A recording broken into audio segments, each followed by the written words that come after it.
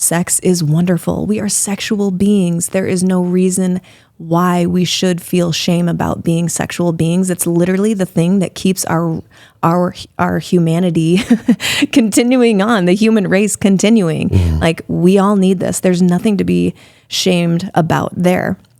But yet we do. There is still shame. And I think the homeopathy piece is, this pleasure, right? We shame pleasure, not just in a sexual sense, but even like, oh, I shouldn't have had that piece of cake, but you loved that piece of cake. Oh, I shouldn't have gotten that massage. I should have cleaned the house instead. Like, but you loved that massage. It was pleasurable. You found peace and relaxation within that. So like we should and should not on ourselves all the time. And we carry this guilt or shame with us when we absolutely don't need to. So I think in this case, at least for me, the antidote is actually more pleasure. So what I mean by that is being present enough in your life to notice and to experience the full bouquet of pleasure in your life that is available to you. The reason why pleasure is important is because you can't experience pleasure without being present, without paying attention, right?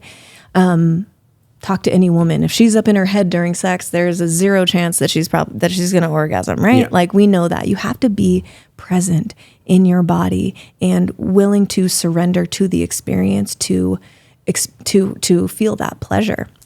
And so that presence is important, I think, especially when it comes to HPV, because a big piece that we haven't really talked about much is the stress piece. And how many of us are walking around with our phone, we're like, okay, scroll, email, work, and we're just in this go mode all the time, not even present in our own lives to experience the pleasure that is running, that is so bountiful if we would just put our awareness there. So I think tapping into more pleasure in your life taps you into presence. Presence makes you slow down, breathe. You know how important breath is. Breathe into your belly. You're not up in your chest. And just giving yourself even 5 minutes of pleasure every day is 5 minutes of stillness, 5 minutes of breath, and 5 minutes of presence. And I think that is the courageous path for the woman, is leaning into this pleasure aspect. And, if we're just speaking to women, I think men and women both could certainly develop their skills in this area. But for women, I talk to a lot of women who are, and this, a lot of women have a really hard time getting into their feminine, feeling that feminine flow within them. I don't think your partner has any problem getting into her feminine. From what I see, she seems very... you'll have to ask her. Yeah. I have no comment on that. Okay. That's the safer path for me. Yeah. How I perceive her, at least in our little exchanges on Instagram and such, is she is this beautiful representation of the feminine flow. And so I think that's really important for women, that are living in their masculine, that are maybe climbing the corporate ladder and they're 28, 30 years old and now have this HPV diagnosis. And if they talk to someone like me, work with someone like me, I'm going to encourage you to step into that pleasure, surrender, feminine flow in your life more and more and more. Yeah, y'all are going to hate what I'm about to say, but I think I know, I have the gnosis. I love that you said that. I have the knowing that for me in my life, my Marcons with my sinuses, my battle with my weight, shame around pornography, relationships, inner child work, all of these different aspects of self are literally God mirroring back to me a way that I can be more loving to Josh first. And then I can give that to Carrie Michelle. I can be more present with you. We can go have tacos and I'm actually just like present with you while we eat the tacos. Instead of thinking, does she like me? Is there something going on? Like all of these mental constructs that the ego is just really trying to protect itself by are completely washed away. And this is like the paradigm, the paradox of life. By the opposite, the very thing that it's afraid of is the very, like you said, poison of the homeopathy that can provide the healing.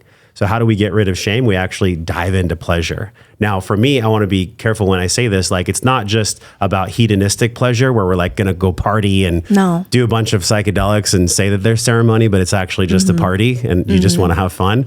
Yeah. There's the pseudo eros, the pseudo pleasure that I think people can fall into where it's like, it's all good vibes, bro. And like, that's life. And if it doesn't feel good, don't do it. The middle ground on that is big. In my calendar, it actually says self-love from 5 to 6. It's a fucking calendar invite, Mimi. If it's not in my calendar, it doesn't happen. It works for me that way. I don't know how you and Chase do it, but like, how do you make sure that you're not going to the pseudo pleasure and that you're actually nourishing yourself with the real kind of pleasure that's going to give you the healing in all aspects of self? How do you do that for you?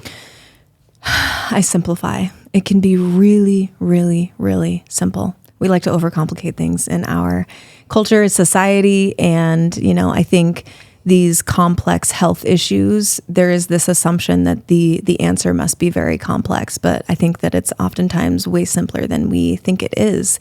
So for me, it can be really simple. So like for anyone who's just listening, I'm just closing my eyes, my hands are on my thighs, and I can literally just slow my breath down and drop into what am I feeling in my body right now.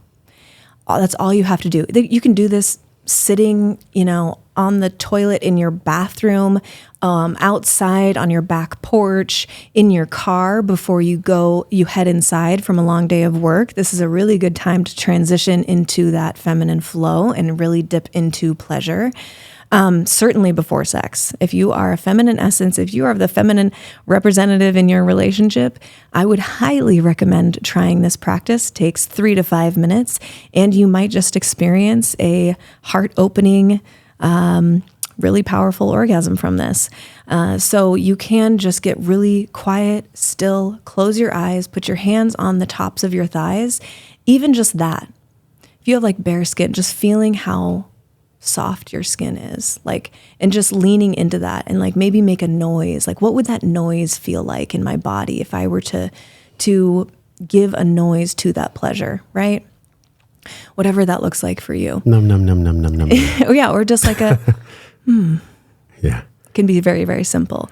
Or, even just sitting in this chair. This chair is super comfy. I'm just noticing how good my butt feels in this chair. That feels awesome. If I was outside, I would probably be sitting in the sun and just noticing how good the sun feels. Or maybe I would take a deep breath into my lungs and notice how good the cold air feels inside my lungs.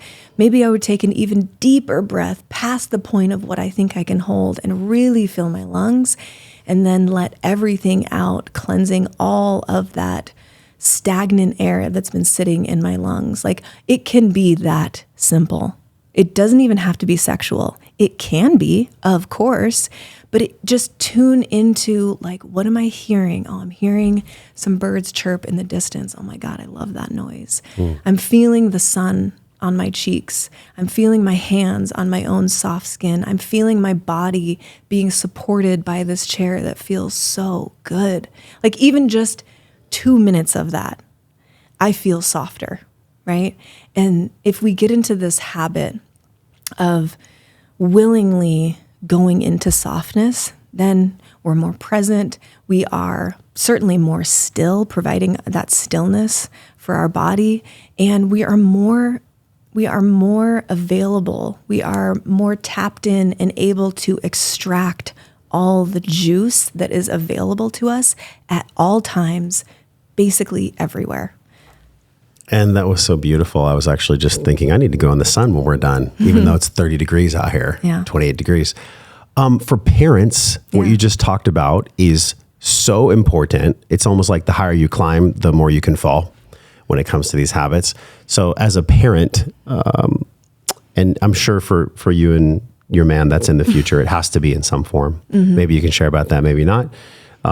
But when we're parents, the load of stress and the things that pull us away from the present moment increase, especially times 2, because I have a daughter and a son. So if I don't have it in my schedule, this is actually the call to action for all of us to just put it in your schedule. You're so worthy. We're so worthy of this. And it's so simple, but are you doing it? That's actually the thing. Can you schedule 30 or 60 minutes for yourself and actually do that? Can you have a self-love, I don't want to say challenge because that's the wrong word. Can you just have a self-love commitment and agreement to you that allows you to do the things? Maybe it's the 2 minutes of just touching your legs or sitting in presence, or gosh, it's so simple. It's so freaking simple, Mimi, but like, actually, are we doing it? That's where the rubber meets the road. And I think behind that is really a journey of, am I worthy enough to keep my promise to myself? Yes. That's what it's been for me. Check out some of the videos on this screen that are perfectly curated based on the video you just saw. Make sure you follow me, and I'll see you in the next video.